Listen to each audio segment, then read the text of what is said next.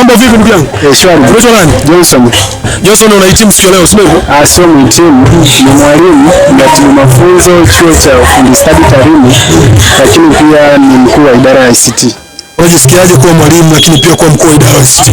Faraja sana. Na unajisikiaje leo watu kumaliza masomo yao?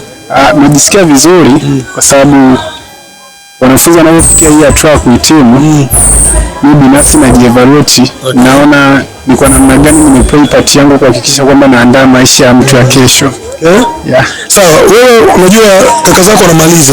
Unanicha kuambia kwamba hii sio hatua ya mwisho, waendelee tu kupambana.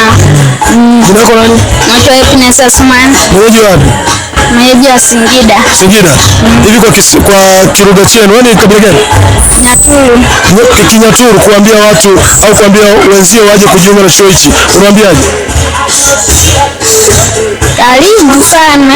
Kwa Kinyaturu. Niambie Kinyaturu. Karibuni sana. Ndio, karibu sana. Mambo vipi brother? Safi. Unaitwa nani? Naitwa Joel Kitabu. Unahitimu leo? Yes. Unajisikiaje kuhitimu na unahitimu katika course gani? Nahitimu katika kozi ya Information Communication Technology na najisikia faraja sana kuhitimu baada ya miaka mitatu kwenda kuhitimu. Miaka mitatu ilikuwaje? Ilikuwa ni ngumu. La, kwa neema Mwenyezi Mungu ametufikisha hatua hii ya kwenda kuhitimu. Una nini cha kuambia mtu ambaye amekaa nyumbani anatamani kusomea hii course? Unasoma course gani? IT. Unamwambiaje mtu? Na washauri waje wasome kwa sababu hiki chuo ni kizuri. Naona kinatoa fursa ya kusoma kozi zingine mbalimbali bure kama udereva, computer application. Na katika maisha sasa hivi ambayo yanahitaji ufundi sasa hivi ndio mzuri zaidi. Kwa hiyo kwa washauri waje, hizi kozi ni nzuri. Sasa hivi tunaweza kumhaki mtu, sio? Vizuri mno. Tukushukuru sana. Bado tunaendelea. Kumbe hapa ni mapishi. Sogea bro. Unahitimu sio? Unaitwa nani? Naitwa Moxin Lai. Kozi gani? Tourism hospitality. Ni maonyesho tutakuja kuonyesha hapa mbele. Unaweza kupika pia huko? Yes, naweza. Yes. Wanafunzi ni wengi lakini hatuwezi kupiga nao story. Tunataka tumalize na umeme hawa hapa. Ndugu zangu msikimbie. Mambo vipi mzee? Heshima yako mzee. Asante. Unaitwa nani? Naitwa Joseph. Mwenyeji wapi? Rukwa. Sumbawanga. Kutoka Sumbawanga mpaka Tarime, unajisikiaje na leo unahitimu? Nasikia furaha sana. Ilikuwaje Sumbawanga mpaka kuja Tarime, ulijuaje kichuo? Labda nilipata tu fomu. Kwa Tarime kuna chuo nafundisha mambo ya ufundi, fani mbalimbali. Kwa nikaona hiyo kwa chance yangu ya kusafiri kwenda pale. Noma. Sitaki kusomea karibu. Unamaliza na course gani? Au ulikuwa unasoma course gani? Hii hapa umeme. Hii ni nini sasa? Mbona mimi sielewi?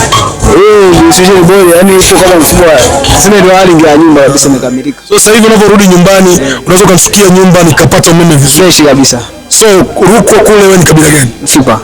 Mfipa. Mwambie Mfipa wa Kiruga aweze kuja chuo hichi kwa Kifipa. Mwambie kwa Kifipa. Angalia pale, mwambie ile pale. Mfipa. Wewe Mfipa SOS. Ukozo kutalema ukozo soma kwa kulifani zafla sana kulumeme. Magali udereva. Kuongeza unsoma vizuri sana. Na soko. Asante. Mambo. Unahitimu au? Hapana. Ni nani? Mimi ni mwanafunzi wa DSCT.